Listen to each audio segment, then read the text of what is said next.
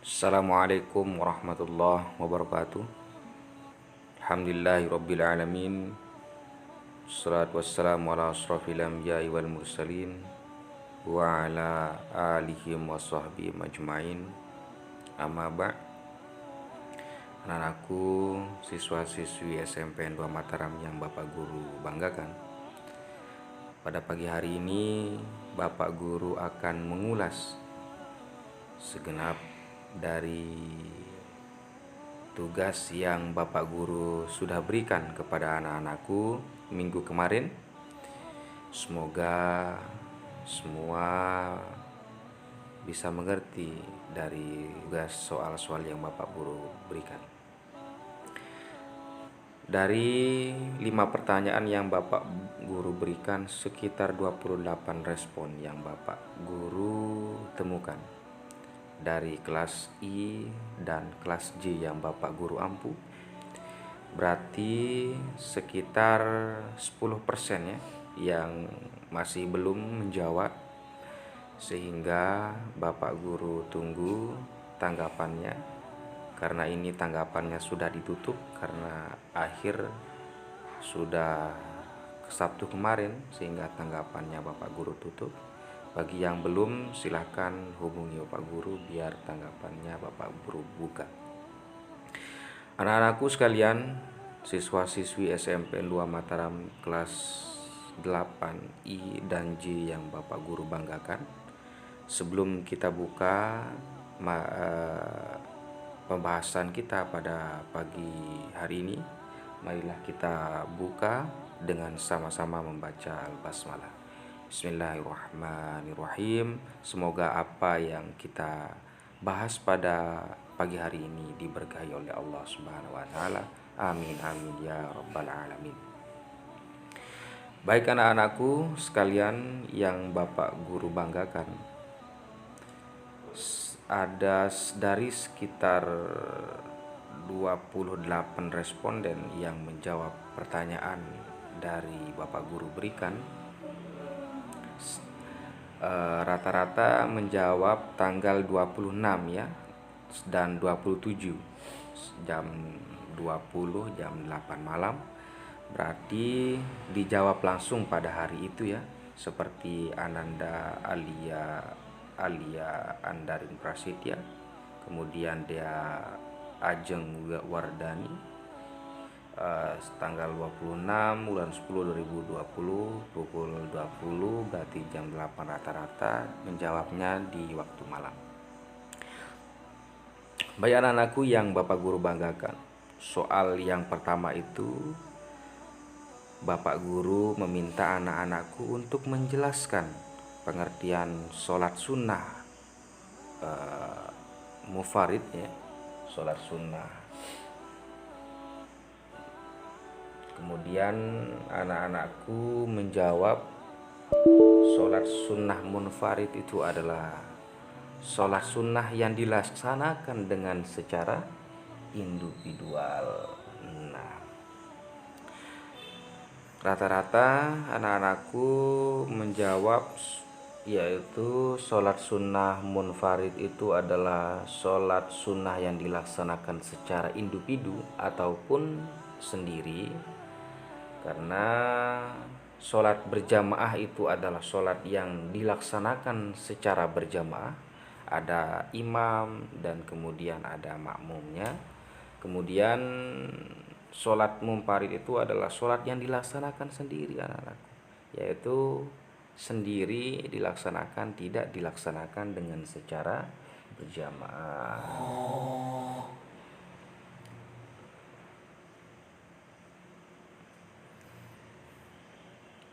Sehingga dalam sholat sunnah pun juga ada yang namanya sholat sunnah yang dikerjakan sendiri, dan ada yang sholat sunnah yang bisa dikerjakan secara berjamaah ya anak-anakku.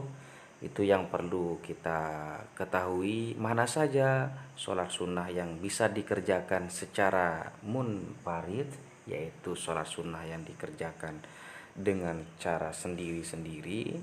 Kemudian mana saja sholat sunnah yang dikerjakan secara berjamaah, yang bisa dikerjakan secara berjamaah. Saya rasa Bapak Guru kemarin sudah mengirimkan anak-anakku materi, penjelasan dari materi mengenai mana yang harus dikerjakan secara sholat berjamaah, yang bisa dikerjakan secara sholat berjamaah, maupun mana sholat sunnah yang bisa dikerjakan dengan secara sendiri-sendiri. Kemudian anak-anakku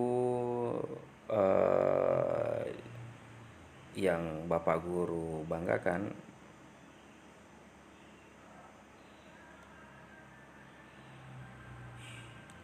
misalkan di soal kedua, yaitu jelaskan pengertian sholat sunnah berjamaah ya anak-anakku. Soal kedua yaitu jelaskan pengertian sholat berjamaah, sholat sunnah berjamaah ya. Seperti yang Bapak Guru jelaskan tadi, sholat sunnah berjamaah itu sholat sunnah kebalikan dari sholat sunnah umum farid ya. Kalau umum farid itu dilaksanakan sendiri ataupun individu, kalau sholat sunnah berjamaah itu yaitu sholat sunnah yang yang dilaksanakan secara berjamaah. Ada imam, ada makmum di belakangnya, itu sholat sunnah berjamaah. Dimana sholat sunnah adalah sholat yang apabila kita kerjakan ya anak-anakku, kita mendapatkan pahala ya. Apabila kita kerjakan, kita mendapatkan pahala. Dan apabila kita tinggalkan itu, kita tidak mendapat apa-apa. Tapi ada sholat sunnah yang sifatnya itu diharuskan dikerjakan, yang fardu ainnya ya anak-anakku, seperti sholat Idul Fitri, itu suatu sholat sunnah yang harus dikerjakan, begitu anak-anakku. Saya rasa anak-anakku menjawab dengan baik dari semua pertanyaan Pak Guru. 2 pertanyaan dari Bapak Guru berikan terkait dengan jelaskan pengertian sholat sunnah munfarid, jelaskan pengertian sholat sunnah berjamaah. Saya rasa anak-anakku rata-rata menjawab dengan baik, seperti jawaban yang diunggah dari anakku Dea Ajeng Wardani. Misalkan, jelaskan pengertian sholat sunnah. Sholat sunnah berjamaah adalah sholat sunnah yang dikerjakan bersama, kemudian salah satu menjadi imam dan yang lain menjadi makmum. Nah, itu pengertian dari sholat sunnah berjamaah. Kemudian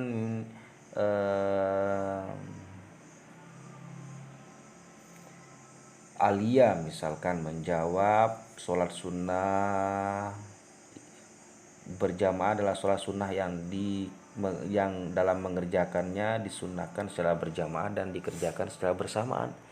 Misalkan seperti sholat sunnah Idul Fitri, Idul Adha, terus kemudian sholat sunnah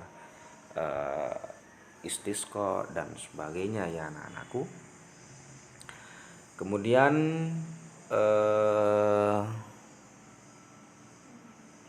jelaskan, coba sebutkan hikmah ya, hikmah dalam melaksanakan sholat sunnah ya.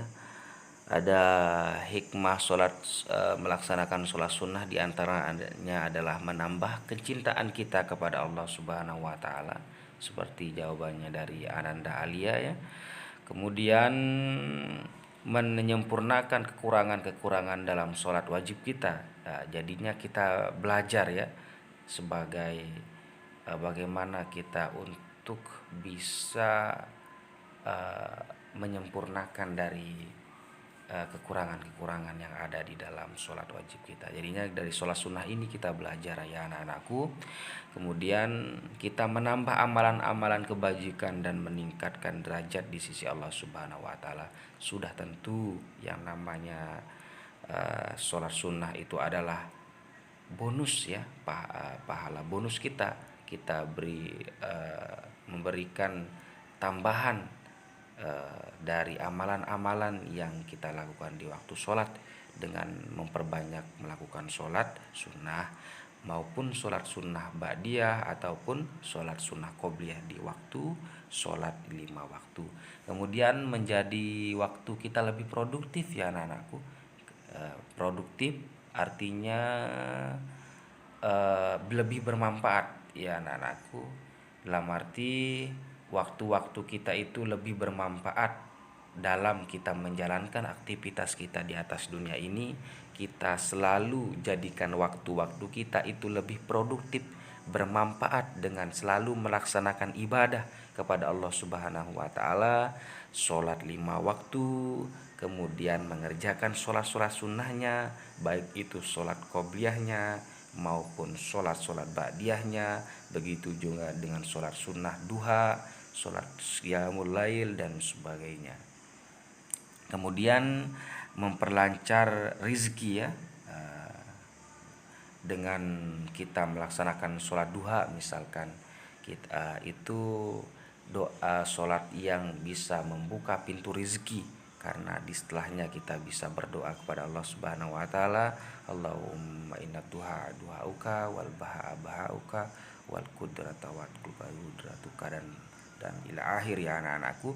Kemudian kita lanjutkan dengan berdoa dengan meminta dibukakan pintu rahmat, pintu rizki oleh Allah Subhanahu wa taala untuk kita bisa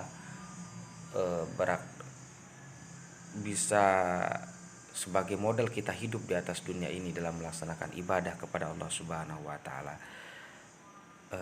Saya rasa kemudian ada juga anak-anakku yang menjawab hikmah sholat tarawih. Nah, dari segi hikmah dari segala sholat ini bisa ada juga anak-anakku yang menguraikan seperti itu.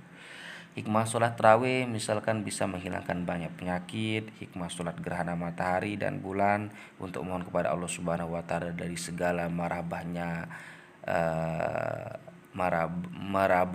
kekeringan. Kemudian hikmah sholat istisqa, memohon rahmat pertolongan kepada Allah segala menurunkan hujan dan sebagainya.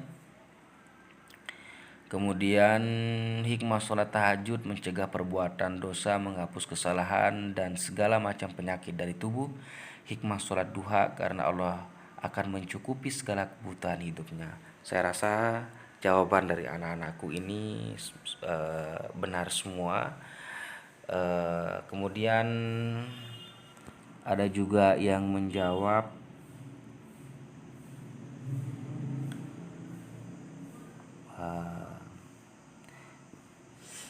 misalkan sebutkan 3 macam sholat sunnah yang dilaksanakan secara berjamaah ya anak-anakku. Itu soal yang ketiga. Ada sholat 2 hari raya Idul Fitri, itu sholat Idul Fitri Idul Adha. Kemudian sholat khusuf yaitu gerhana matahari dan gerhana bulan, sholat tarawih dan witir pada bulan Ramadan. Itu sholat sunnah yang bisa dikerjakan dengan secara berjamaah ya anak-anakku. Kalau sholat sunnah yang dikerjakan secara sendiri-sendiri itu banyak sekali ya anak-anakku, seperti sholat qiyamul lail, sholat qobliyah, sholat ba'diyah. Baik anak-anakku, siswa-siswi SMPN 2 Mataram, mungkin hanya itu ulasan dari tugas yang Bapak Guru berikan kemarin. Semoga anak-anakku bisa memahami. Saya rasa anak-anakku yang sudah menjawab tadi sekitar 28 orang, insya Allah Bapak Guru akan kasih nilai yang bagus ya anak-anakku. Dan kemudian anak-anakku yang belum menjawab ditunggu jawabannya biar nilai tugasnya tidak kosong.